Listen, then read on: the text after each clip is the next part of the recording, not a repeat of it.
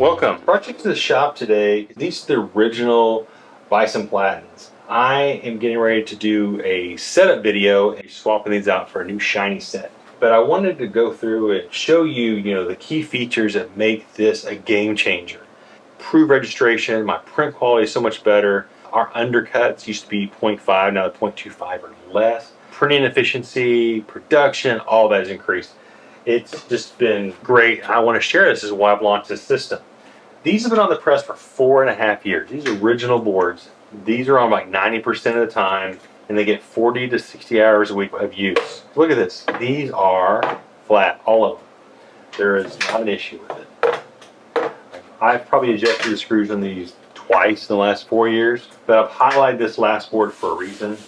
A little darker than the other ones. So I've got a flash dryer. It's temperature control. I keep about 550. If I happen to walk away to do something and while I was gone, gremlins or aliens, I don't know, someone pushes under the flash dryer and I come back out, my pallet tape was crispy.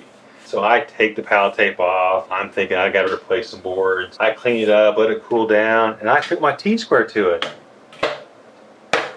It had minimal deflection. I was super shocked.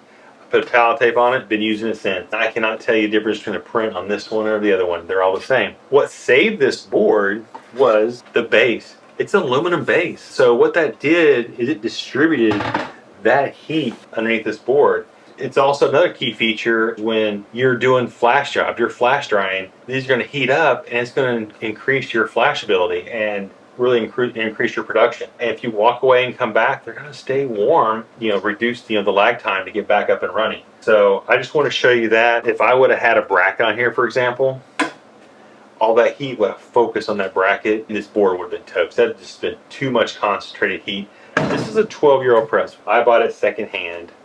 It came with these. These are the bracket knobs. See the small top? You can see on the side of this arm, got some chewing going on, some dents. Underneath this, the tubing's almost cracking. It's been used a lot. So that's that one. Then I bought a new press, and this new press I got came with these. They have rubber boots on it. The new press is for different locations, so I'm working on getting that set up. But these rubber boots, what's the point? You see they've already blown out. But if you have rubber between your arm, I know it's to keep your paint job pretty, but that's pliable. You're going to get movement with that. I don't see a point in that one. I change all mine out to these. I've got these wide feet. You can see the surface area. It's going to give you more surface area, better foundation, better support. And just look at the size of that. It's just huge. It's a lot more foundation. In my brackets, you see, I got big hands, I need big knobs. I got some big knobs. This is the fun part. This came with that press. I think I was more excited about these boards than I was that press because this is a teachable moment. So you can see on the top, but it's got these chips. It's just like the veneer or something that's like speckled coming off. You put some pallet tape over, it's probably still good to use, but you can see it's got, look at that, a lot of movement there. The back of it, nope. The front of it, nope. And if you were to print, like I say, a half tone across this, you're going to get a heavy deposit in the middle. It's not going to be uniform because you're putting down more deposit there. And what causes that? Talked about earlier. It's your bracket. Your bracket is pulling in all that heat, causing the damage to that area. It's causing your board to do the warping and all that stuff. That's what's causing that. And also when you're printing and you're like, why won't my shirt stay down? I'm putting down more glue. It's not staying down. It's a hot spot. That glue is in a different gooey state and it's not going to hold your shirt down. I've gone to plywood. I cut my own board sizes. That's one reason why, but there's 5 layers in the plywood. There's just something about it. I don't get this as bad. So that's one reason why I've gone to plywood. So if you're using a screw in the wood, this is with any board, but if your screw comes loose, what do you get? You get that movement. Well, watch my setup video because it included all my kids too. I have a fix for that. So my brackets are built to include that fix. It'll help reduce that movement. This is the Bison Platen. You can see you're bolted. You've got your feet. See the room in your feet? Wide. You can do left hand or you can do right. Either way you put this on. This was a key feature when I did this, that when you bolt this down, left or right side,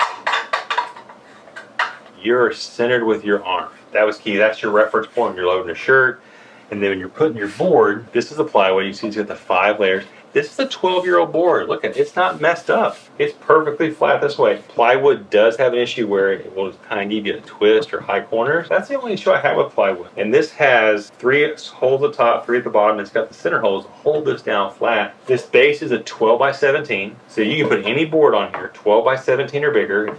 Mine's 14 and a half. If you need a 15, 16, 20, you can go cut it, put it on here. You're not limited. I can go and bolt this one down and it'll be just as flat as the other ones. You put it in production, you would know the difference. But I'm hoping this could be a game changer for you. It's been for me. If you have any questions, send us an email, give us a call, or check out our website.